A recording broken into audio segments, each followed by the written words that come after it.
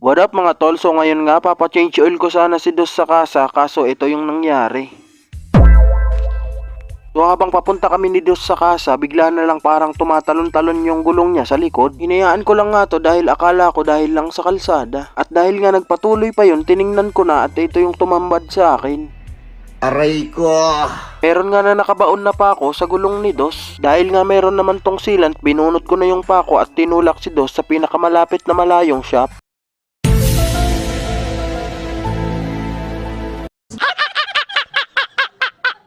Pagdating ko nga sa shop, inasikaso naman nila agad si Dos. Ginamitan lang nila ng gantong method. Napakabilis lang nun, hindi katulad ng mga tube type na kailangan pang tanggalin sa gulong. You know what I mean? Masyadong time consuming kung nagmamadali ka. So nung nag-stop over ako dito sa bahay ng pinsan ko para tingnan, eto naman yung tumambad sa akin, merong tama yung sidewall ng gulong ni Dos. So in my theory mga tol, nagkaroon to ng ganto dahil dun sa pako. Dahil to dun sa pagpapatakbo ko kay Dos kahit meron ng pako yung gulong niya sa likod. So ito nga pala yung pako na bumuon sa gulong ni Dos. So, kung makikita nyo naman, napakahaba ng tarantadong to, pati yung sidewall ng gulong ni Dos inabot. At dahil nga unsafe na to, kailangan na nitong palitan. At ayun nga, dali-dali na akong pumunta dun sa my shop para papalitan yung gulong ni Dos. Ang ipapalit ko nga pala ditong gulong ay ang Beast Tire. Marami na rin akong nakita sa social media na ito yung gamit. Bukod doon, ito na rin yung nirecommend sa akin dun sa shop na binilihan ko. Pero hindi to sponsored mga tol. Beast Tire, baka naman. Ano kaya yung boss? Hiring kupal? 2K? Uy, boss! 2K per day. Wala kang ibang gagawin, magkikinupal ka lang. Kupal ka naman eh. Kupal ka pa, boss? Uy, Pwede pa naman sana to gamitin sa mga short rides, pero sa mga long rides, delikado na to lalo sa high speed.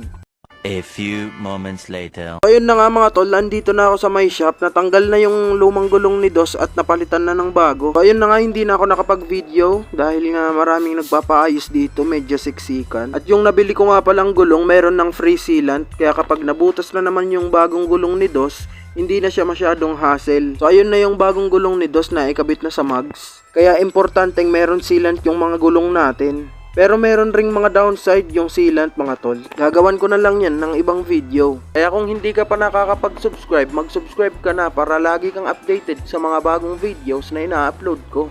Pagtapos dito, pupunta naman ako dun sa kasa para ipa-change oil si Dos. 2,000 years later. At nandito na kami ngayon sa kasa mga tol. Tingnan nyo naman yung bagong gulong ni Dos. Napakaangas. Perfect na naman to pang bangkingan. Huwag mong subukan. Masisira ang buhay mo.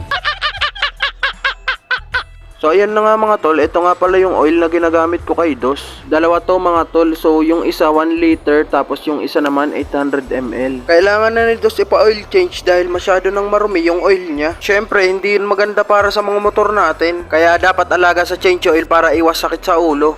So ayun na nga mga tol, after a long and stressful day, nakauwi rin ako sa wakas. Ito na nga yung bagong gulong ni Dos, napaka-porma. Taon na naman ang gugugulin bago tumaupod.